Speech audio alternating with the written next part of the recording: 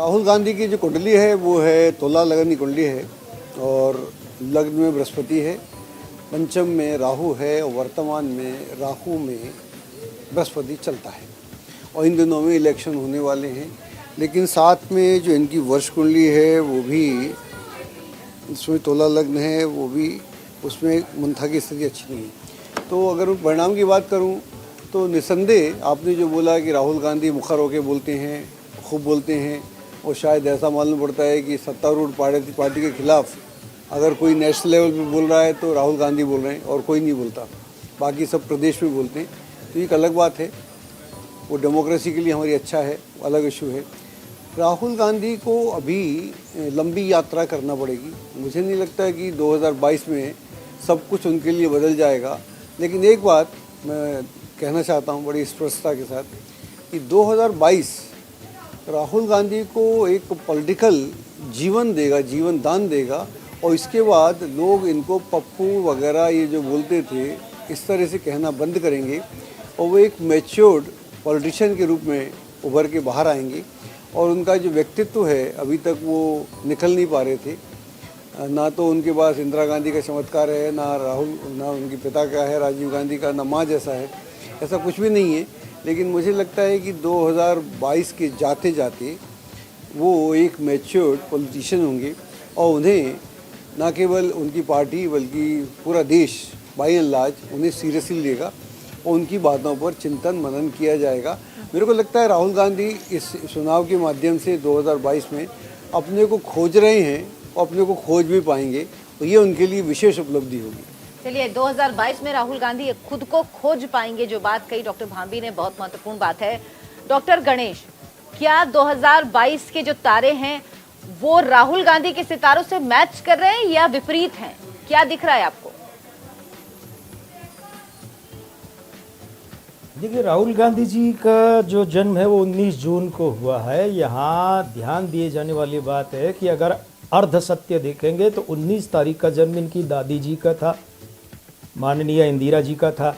अब इंदिरा जी के जीवन में जो मंगल जिस तरीके का था, तानाशाह की हद तक चला गया, तो मंगल इतना प्रखर था कि विरोधी नष्ट हो जाते, शत्रुहंता योग था। इनके 19 तारीख है लेकिन ये अधूरा सत्य है। 19 जून 1970 से यहाँ जो भाग्यांक है वो बन गया 6, वो मूलांक में 19 में 1 का भी विरोधी और 9 का विरोधी है। तो यहाँ पर जो इनकी एक राजनीतिक वर्चस्व की जो जीवन दायिनी युति होती है मंगल की, वो नष्ट भ्रष्ट है, जीवन से आरंभ से ही नष्ट भ्रष्ट है। जहाँ सवाल 2022 की बात करें तो देखिए 2022 इनके भाग्यांक 6 का वर्ष है। तो अब ये चाहे शुक्र कैसा भी हो इनके जीवन में, लेकिन इनको अपना असर तो दिखाएगा, फल तो देगा। तो मैं यहाँ ये इत्तेफाक रखता हूँ भांबी जी की बात से कि ये वर्ष इनके लिए कुछ पुनर्प्राप्ति, कुछ नई प्राप्ति, कुछ प्रतिष्ठा का, लेकिन ये कुछ जैसा ही रहेगा। कैसे? उसका कारण ये है कि इन्हें चल रहा है 52वां साल। ये 52वां साल जो है 7 का अंक बना। अब 7 का अंक जो बना है ये देखने वाली बात है कि वर्षांक 6 उसका मित्र है, ये बात तो सही है। लेकिन जो बना है 5 और 2, ये यहाँ पिता पुत्र चंद्रमा और बुध के बीच में जो तालमेल है वो तो अच्छा है ही नहीं ना।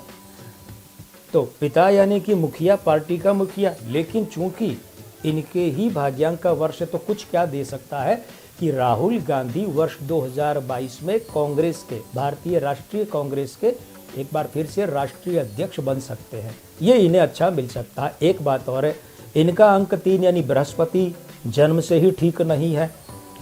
इस वर्ष 2022 और 2023, इस और अगले वर्ष में, दोनों वर्ष में इन्हें अंक 3 में कुछ सुधार इनके जीवन में देखने को मिल सकता है। इसका प्रतिफल क्या है? प्रतिफल ये कि अंक 3 अच्छा है जिन अशोक गहलोत का या जिन कमलनाथ का, इन दोनों में से कोई राहुल गांधी को जब वे राष्ट्रीय अध्यक्ष बने तो राहुल गांधी के राष्ट्रीय कार्यकारी अध्यक्ष के रूप में या उनके सलाहकार के रूप में इन दोनों में से कोई व्यक्ति वहाँ मिल सकता है, या इनके समतुल्य बृहस्पति जिसका अच्छा हो। तो ये वर्ष कोई अच्छा सलाहकार दे सकता है। किंतु जहाँ तक हम बात करें चुनावी लड़ाई में पार्टी की जय पराजय की, तो ऐसा है कि पार्टी को चुनावी पराजयों से तो राहुल गांधी बचा नहीं पाएंगे।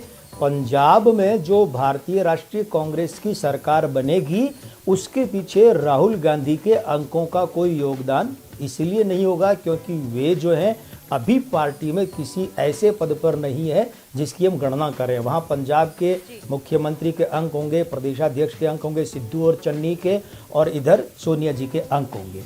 एक और ख़ास बात यह है कि राहुल गांधी, चाहे अभी पार्टी महासचिव के नाते बात करें, उपाध्यक्ष के नाते बात करें, कार्यकारी उपाध्यक्ष कल बना दिए जाएं, या राष्ट्रीय अध्यक्ष जैसा मैं कह रहा हूं कि वर्ष 2022 में बन सकते हैं, तो उस रूप में भी राहुल गांधी को पार्टी के विवाद, अंदरूनी विवाद संभालने में बहुत जोर आएगा।